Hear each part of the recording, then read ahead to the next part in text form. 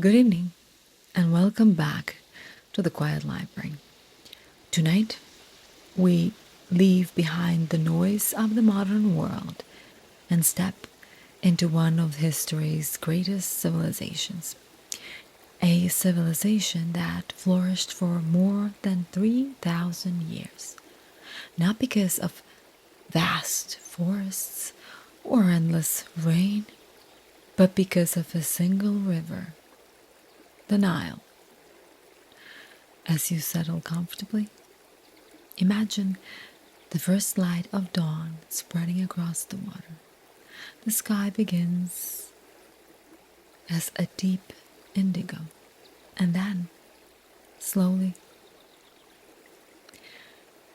hints of gold appear along the eastern horizon. The river is almost perfectly still. Its surface reflects the awakening sky so clearly that it becomes difficult to tell where the water ends and where the heavens begin. Our small wooden boat rocks gently beneath us. Its cedar planks creak softly with each movement of the current. A cool morning breeze carries the scent of fresh water, the earth, and reeds growing along the riverbank.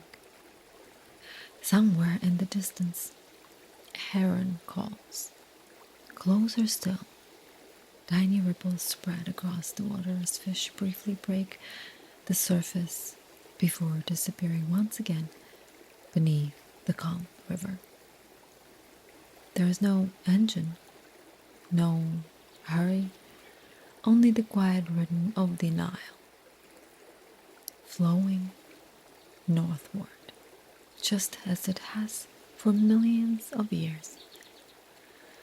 This river is unlike almost every other great river you may know.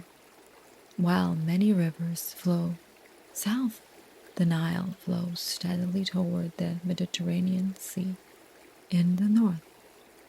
Ancient Egyptians organized their entire world around this simple fact.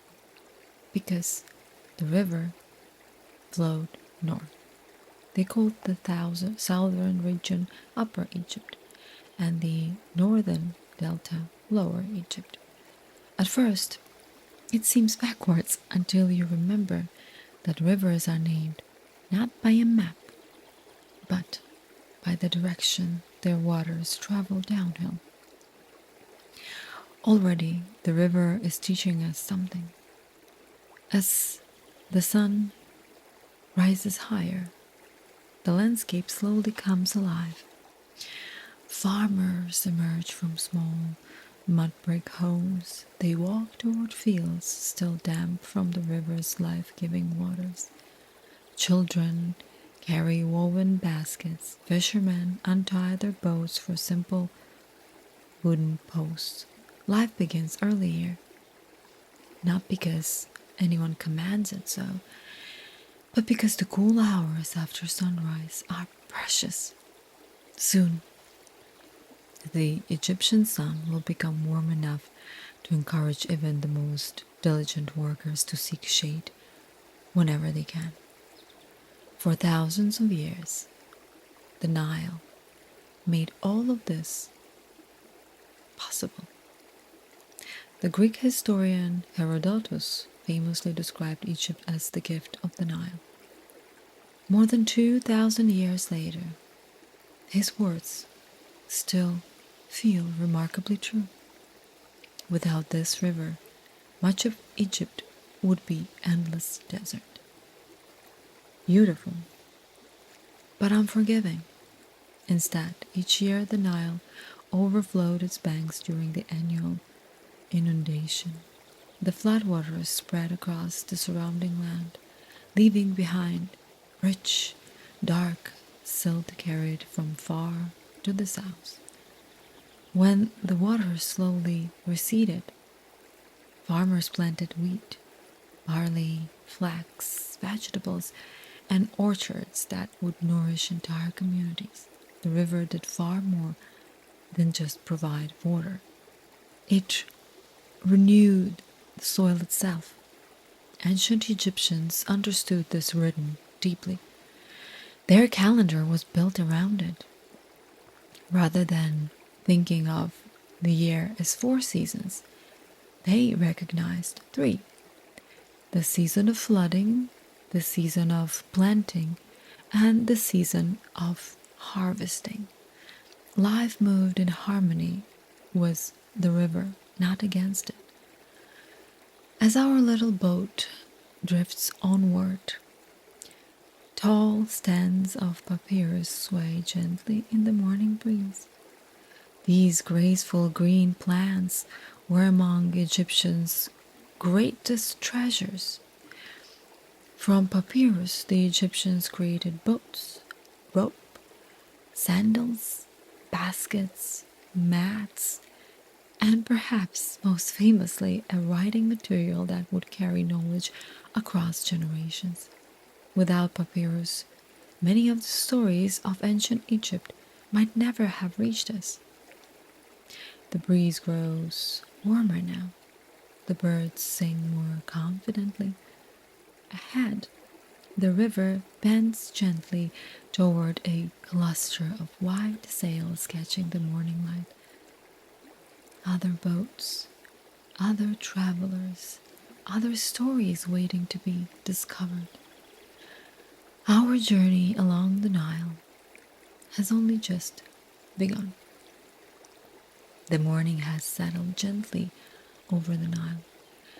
The first warmth of the sun spreads across the water, turning its surface into a ribbon of shimmering gold. Our little boat continues downstream, moving only as quickly as the current allows. There is something wonderfully peaceful about surrendering to the river. For thousands of years, millions of people did exactly this. The Nile was Egypt's great highway. Long before paved roads, before railways, or even wheeled carts became common form of transporting heavy goods, the river connected nearly every important city in the kingdom. Travel by boat was often easier. It was safer and far more efficient than crossing the endless desert beyond the fertile riverbanks. As we drift closer to shore, a small village slowly comes into our view. The homes are simple, built from sun-dried mud bricks. These bricks were made by mixing Nile mud with straw, pressing the mixture into wooden molds, and leaving it to dry beneath the Egyptian sun. Stone was reserved for temples, palaces, and monuments that were meant to last forever. Ordinary homes, like the lives they sheltered, were built from the gifts of the river itself. Smoke rises gently from cooking fires. The scent of freshly baked bread drifts across the water. Bread was one of the foundations of the Egyptian diet. Made from wheat or barley, it appeared on nearly every table. Alongside it, families enjoyed onions, lentils, beans, dates, figs, and fresh fish caught from the Nile. For many Egyptians, beer was also a daily drink. Quite different from modern beers, it was thick, nutritious, and often safer to drink than untreated water stored for long periods. Nearby, a fisherman casts a circular net into the river. The movement is graceful, practiced thousands of times before. Within moments, the net disappears beneath the surface, then slowly raises again. Silver fish flashing in the morning light. The Nile supported dozens of fish species: tilapia, catfish, Nile perch, and many, many others provided an important source of food throughout Egypt's long history. Children laugh as they help pull small boats onto the riverbank. Some carry baskets, others chase one another through the reeds. Life here feels surprisingly familiar. Although separated from us by thousands of years, parents still teach their children, neighbors still greet one another, families still gather to share meals at the end of the day. History often remembers great things, yet moments like these remind us how much in common there is with the regular life. The green ribbon of fertile land remains remarkably narrow. Beyond it, almost immediately, the desert begins. Golden sand stretches toward distant cliffs shimmering beneath the sun. The striking contrast is one of Egypt's defining features. Nearly all of ancient Egypt's population lived within just a few miles of the Nile. The river created an oasis hundreds of miles long, surrounded by one of the largest deserts on earth. Without the Nile, there could have been no Egypt as we know it. It was not simply a river, it was a heartbeat of the civilization. Our boat glides quietly through a wide marsh. Tall papyrus plants sway gently about the water. White lotus flowers bloom among their stems. Dragonflies skim across the surface, their delicate wings catching flashes of sunlight. Nearby, an elegant ibis steps carefully throughout the shallows. With its long, curved beak, the bird searches patiently for food beneath the reeds. The ancient Egyptians admired the ibis deeply. They associated it with Thoth, the god of wisdom. So, writing, knowledge, and the keeping of records. To a civilization that treasured learning, it seems only natural that even the birds could become symbols of intelligence.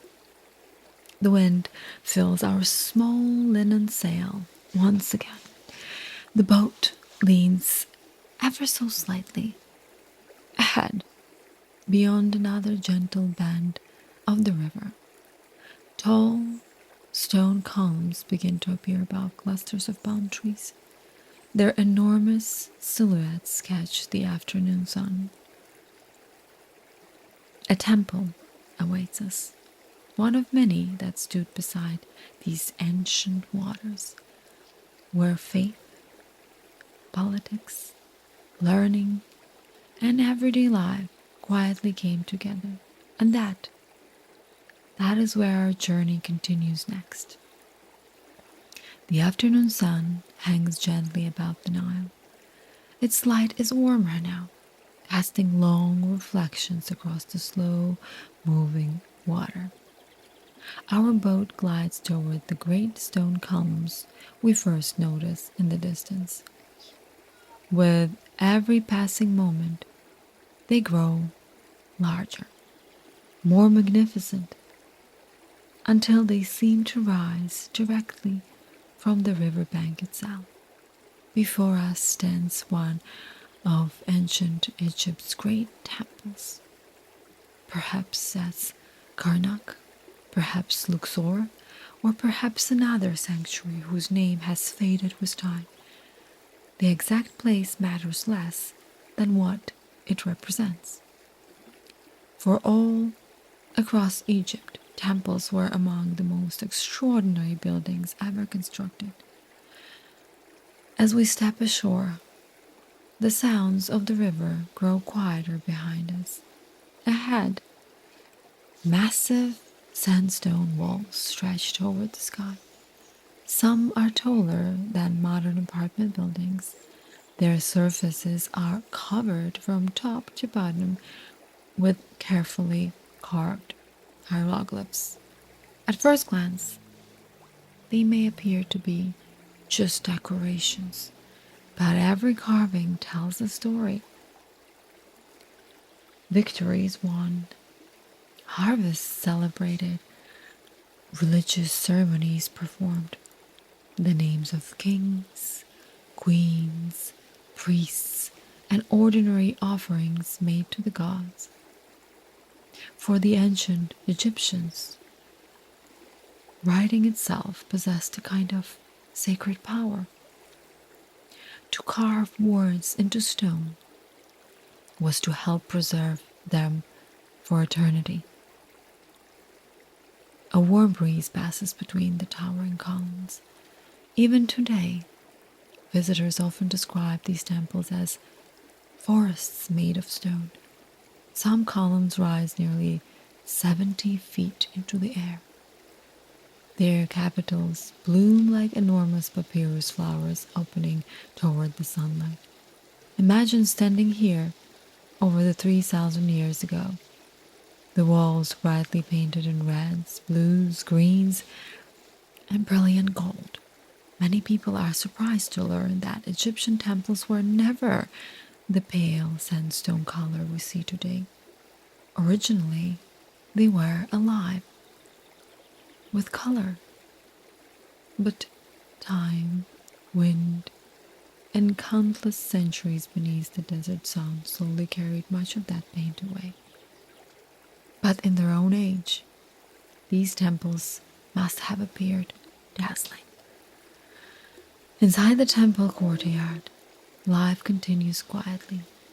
Priests dressed in clean white linen carry small bowls filled with incense. The fragrance of frankincense and myrrh drifts gently through the warm air. The Egyptians believed pleasant scents honored the gods. Daily rituals were performed with extraordinary care. Before sunrise, priests entered the innermost sanctuary. They washed, changed into fresh clothing, offered food, lit incense, and greeted the statue of the temple's deity as though welcoming an honored guest each new day.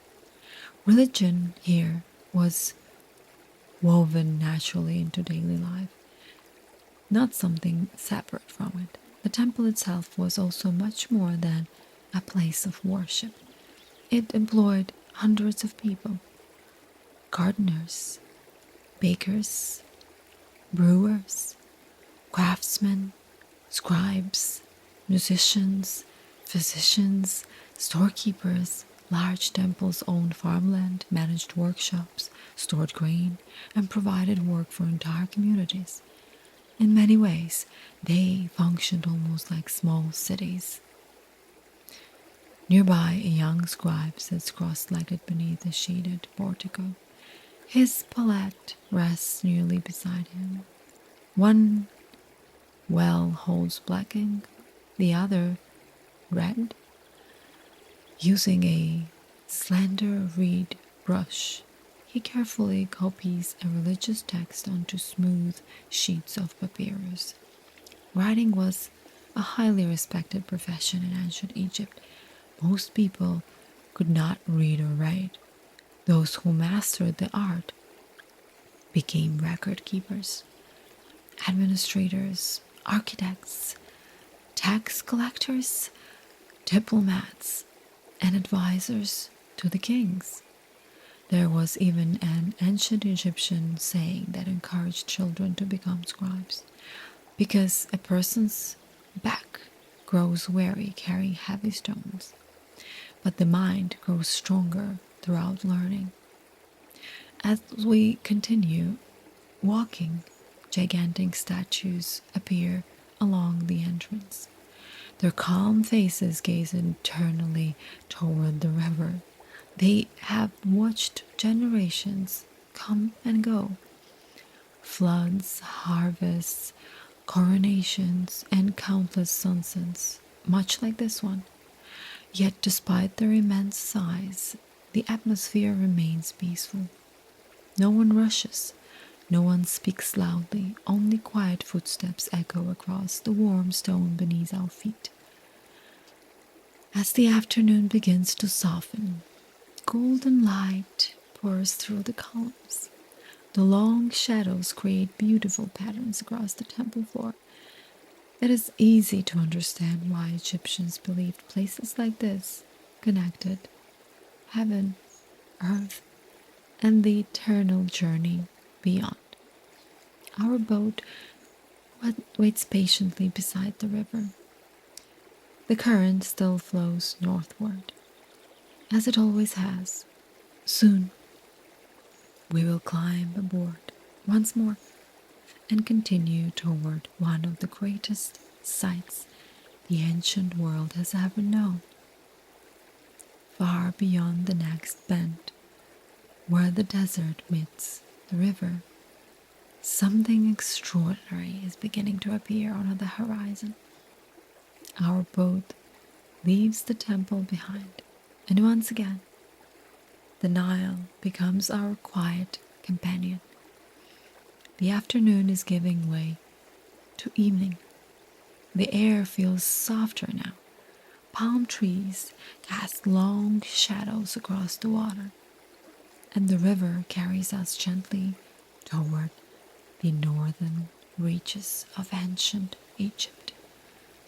As the shoreline slowly changes, small villages become larger. The number of boats increases. Merchants call softly to one another as they pass.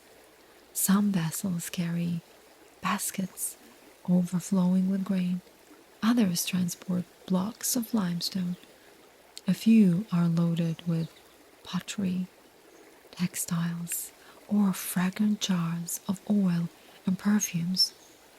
The Nile is as busy as any modern highway.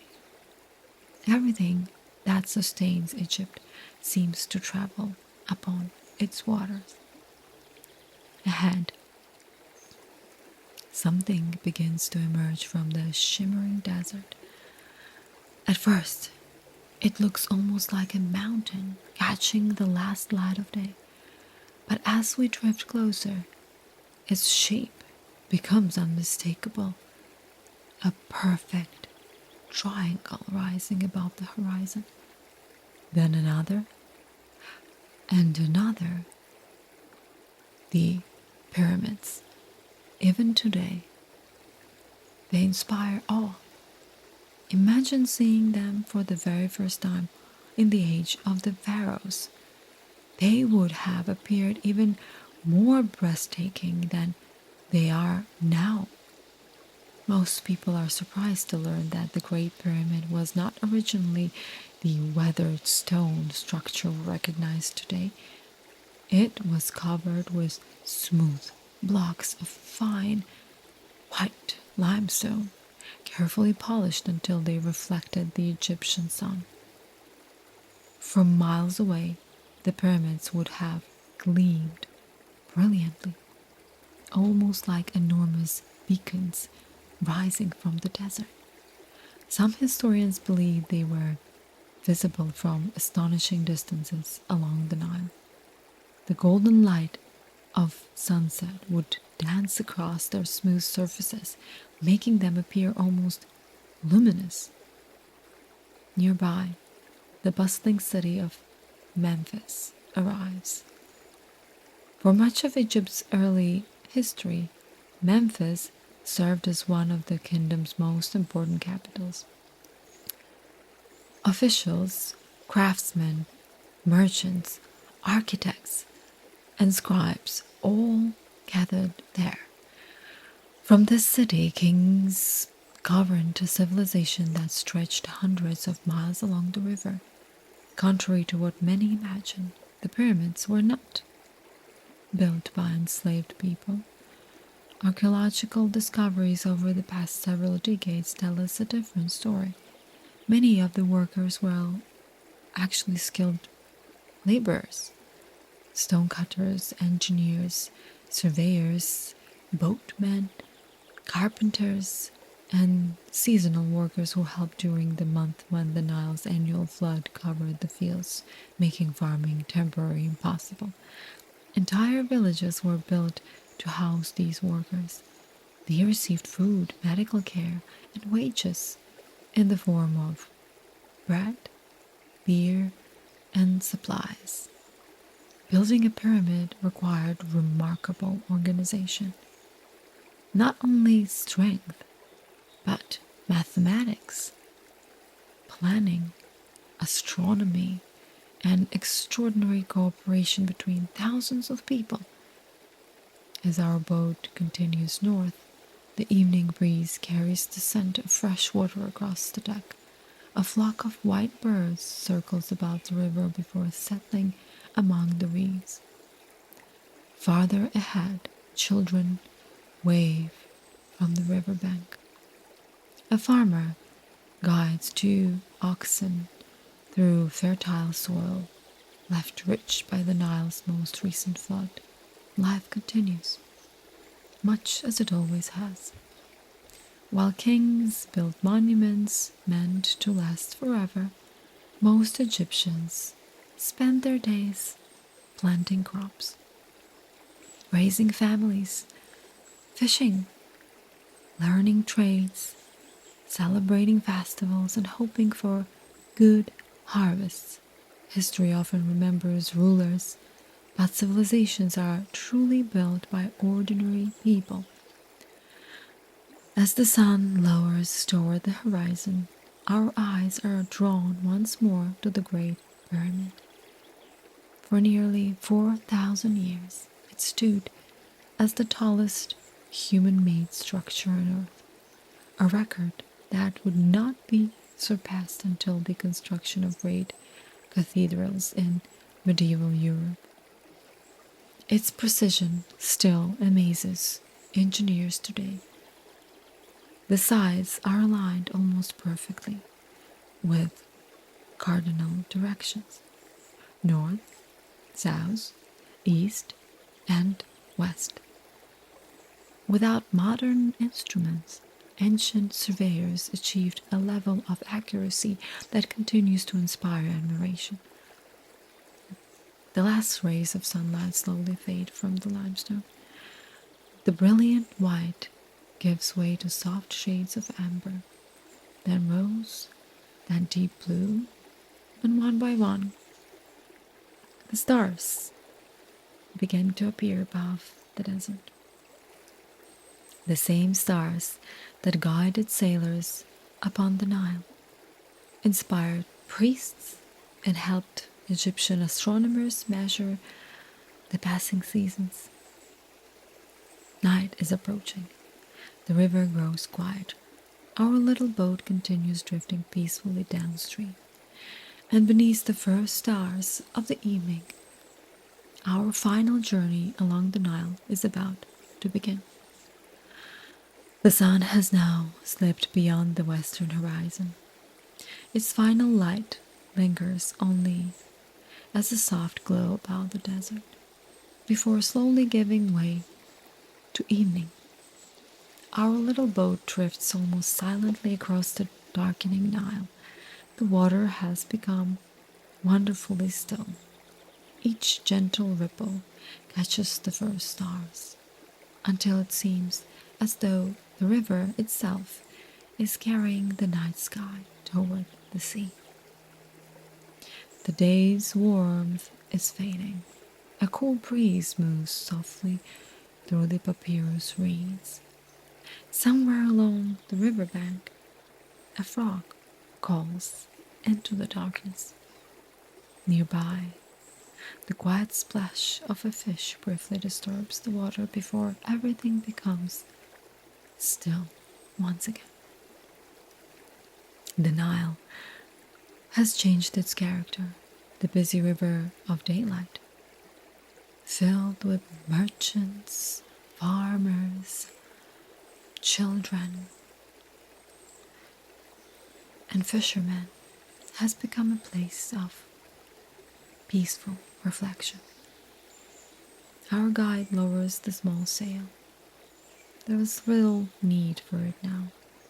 The current carries us effortlessly. Above us, the heavens slowly awaken.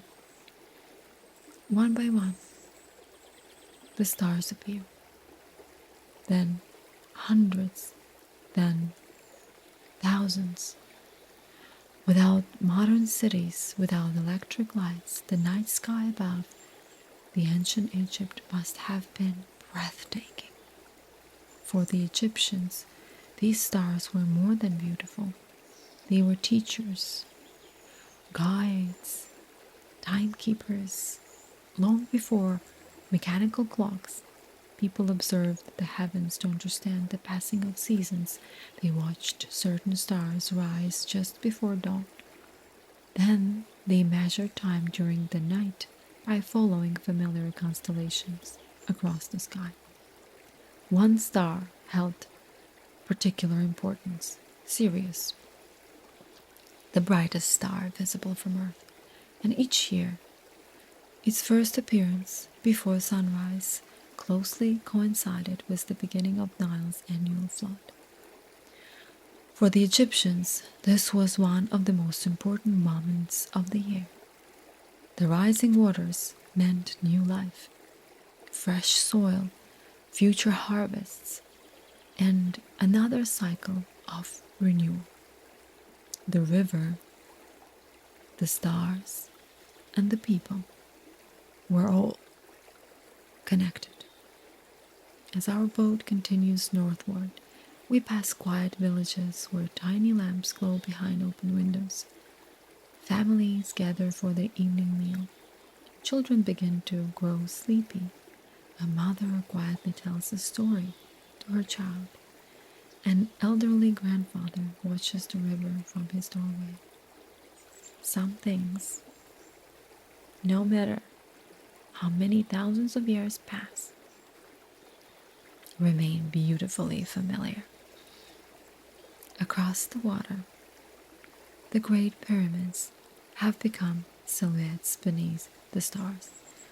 No longer brilliant white, they now stand as dark guardians of the desert. Silent, patient, watching over generations they would never meet. They have witnessed floods and droughts, kings and queens, empires rising, empires fading, yet the Nile continues its endless journey, flowing north, just as it did long before the first pyramid was imagined, and just as it does today. Perhaps that is one of history's quietest lessons. Human civilization rise. Other civilizations flourish. They create extraordinary works of art, architecture, science, literature, philosophy, and then eventually it changes. But nature continues its patient rhythm. The river keeps flowing, the stars continue their ancient dance overhead, and every generation inherits the opportunity to learn from those who come before. Tonight, we floated along the river that gave birth to one of humanity's greatest civilizations. We watched farmers greet the dawn. We wandered among magnificent temples. We admired pyramids that once gleamed like sunlight itself. We discovered that papyrus carried knowledge across centuries, that scribes preserved history with careful hands, that the Nile fed not only Egypt, but the imagination of the ancient world. Perhaps the greatest legacy of ancient Egypt is not simply its monuments.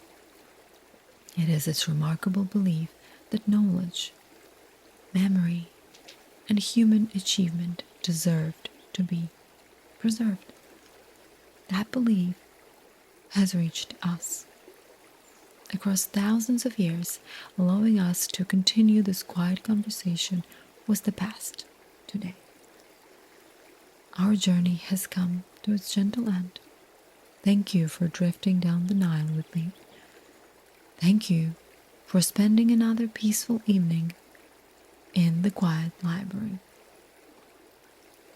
Another river, another civilization, another forgotten corner of history is already waiting for us on the next shelf. Until then, may your dreams be peaceful. May your mind remain curious, and may you always find comfort in the stories of those who came before us. Good night.